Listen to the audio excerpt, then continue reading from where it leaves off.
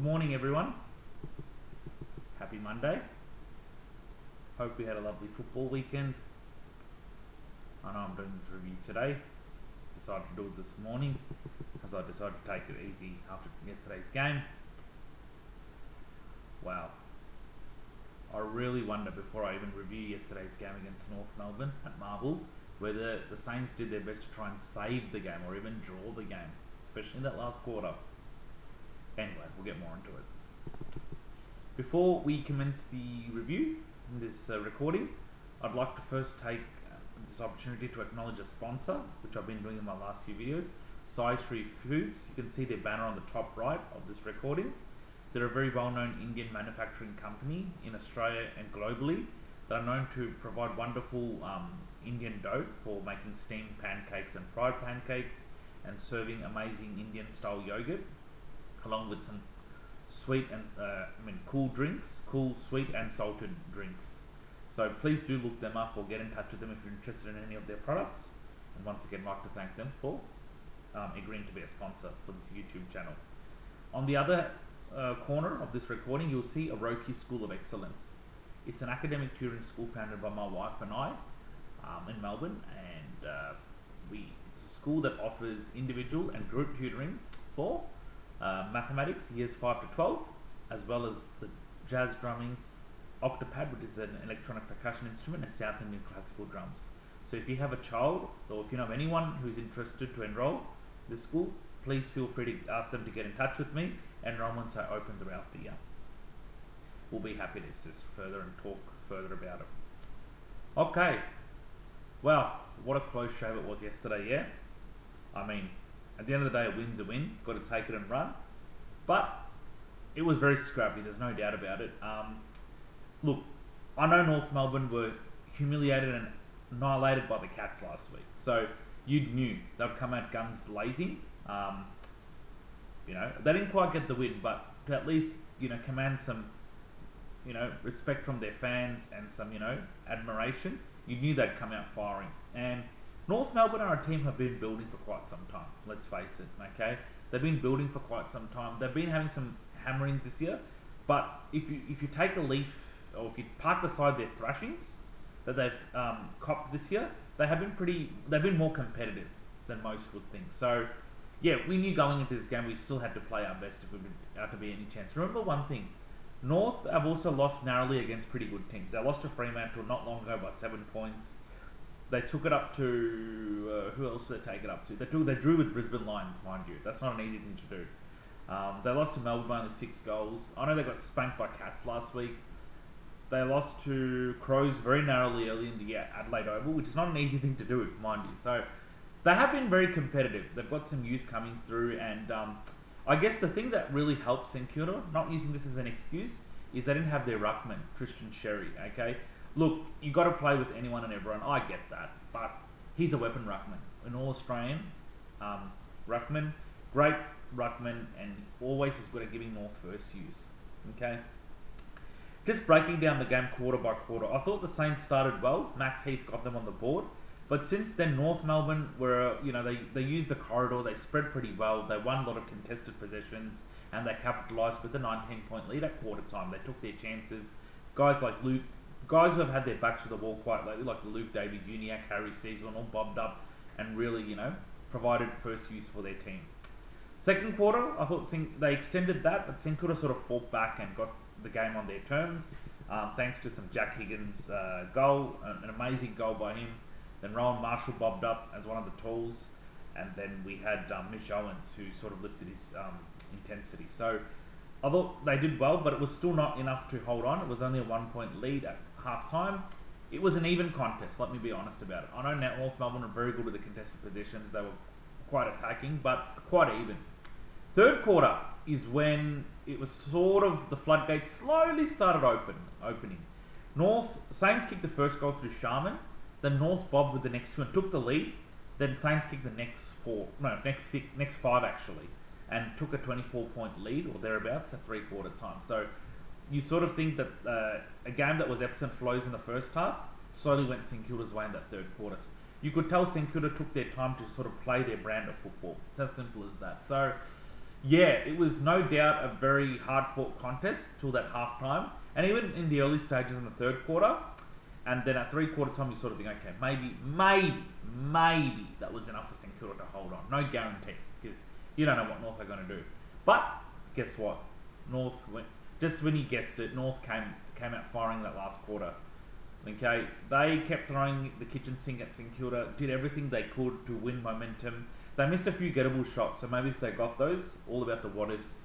Could have, should have, but they didn't. So simple. With St Kilda, they had a pretty goalless last quarter. The only goal was gifted to Max Hall, a 50-metre penalty. So pretty disappointing. St Kilda sort of, I felt, were being conservative in the last quarter, trying to save the game. It kind of reminded me of the last quarter in Carlton game, in the Spuds game. Only difference is Carlton's game, Carlton won. This game, St Kilda won. That was the only difference. But pretty disappointing. I mean, no disrespect to North, but when you're up by 23, this is a chance to try and put the game away. And I thought we were being conservative. We were being a little bit lackluster. Fortunately, it didn't impact the end result, but boy, that goes to show there are some things that last quarter we need to fix. Last week's last quarter was amazing. A lot of heroics. We went deep. We had to dig deep. All we had to do in this last quarter was play eclipses of that last quarter from the Melbourne game, and we would have punished North. There's no doubt about that. I don't know if it was a hangover from last week's celebrations. I'm not sure, but yeah, you could see yesterday's last quarter was a shadow of last week's last quarter if I was to compare and contrast. Okay, so pretty disappointing. I'm happy we got the win, but pretty disappointing we sort of went into our shell. And look, credit to North Melbourne's pressure too. They really were keen to make amends. As you know, if that meant winning, that was what they were going all out to do, because they were uncompetitive, and you know the efforts were questioned against Geelong last week. Yes, Geelong are a great side. Geelong are one of the top sides in the comp, but excuse me, St Kilda are being very competitive against Geelong the week before, and they beat Geelong earlier this year. So what excused North Melbourne, who were expected to be more competitive this year, to get blown out of the water by the Cats? Anyway, another discussion for another time, eh? So that was it, pretty much. It was a game that was pretty much won by, you know, composure, maturity. I know St Kilda have got a young developing side, but maturity in terms of moments that mattered. You know, steadying the ship a little bit last quarter. I know with a minute to go, North were in the forward 50, was only under a kick lead, so 3 points. But St Kilda held forth, cleared it out, and, you know, stemmed the flow of North Melbourne's entry into forward 50, and I think that pretty much sealed it. Look, 4 points is 4 points. Got to build some momentum heading into next year. Yes, it might mean you have to do it the ugly way, and yesterday was an example of doing it the ugly way, but that's okay. You know, take the win and run.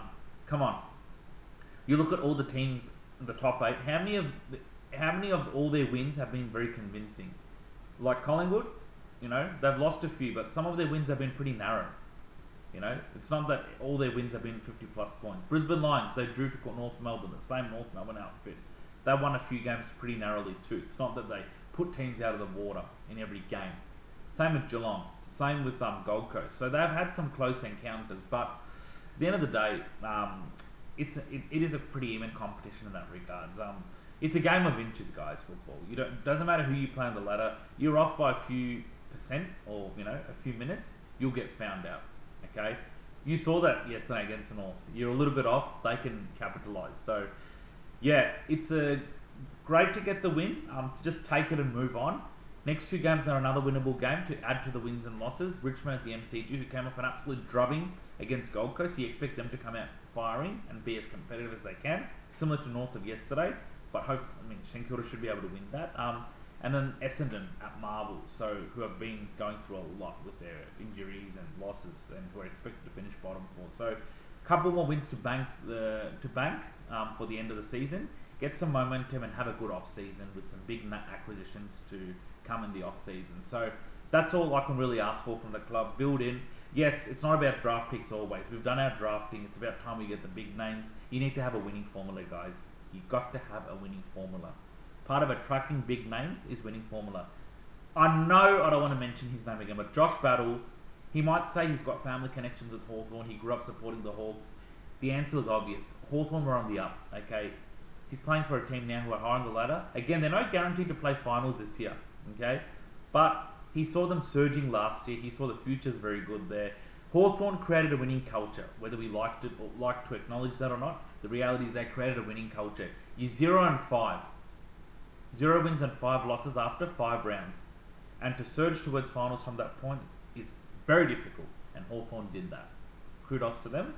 Josh Battle saw that from the side. So did Tom Barras. So it doesn't take an Einstein to, figure out the reason behind some of these players' decisions. Winning trumps everything, guys. Winning formula is huge.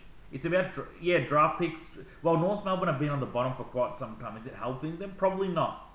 Really, they should be out of the bottom four. Really look at it, to be honest, for the way they've been competitive this year. They're not playing like they're second last. They've been very ultra competitive. So, draft picks are good, but you've got to have a winning formula, guys.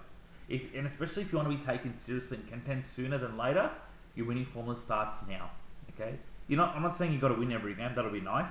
Doesn't work that way, though. But you have to be able to be competitive and try and, get reward for effort. It's as simple as that. Otherwise, nobody will take the club seriously. You cannot be having honourable losses all the time. I know every time you're closer to, you keep having honourable losses, you're closer to a win. Try and make some of those honourable losses a win. Even if it means scraping over the line, doesn't matter. Winning culture is huge. And when do you have fun? When you're winning. When do you see smiles on faces? When you're winning. When do you have a good chance of attracting big names, big fish? When you're winning consistently, okay? The vision. When you win, you're selling good vision of the club too. Culture is there, but the winning culture, and of that culture, the winning piece of the puzzle is huge. I just cannot understate that, okay? So I'll leave it there. Good win yesterday. Had to be, look, it was scrappy, but again, you can't win every game perfect. There's no such thing. Take the win, move on. What I was really happy with the wins, it wasn't like the Sydney game a few weeks ago where we were up by narrowly and Errol Goulden broke the Saints fans' hearts by kicking that winning goal. I'm sure they learned from that in yesterday's game and in last week's game and got the win. So, I'd rather be happy with that. Alright guys, so I'll leave it there. My next video will be a preview about the Richmond game later this week.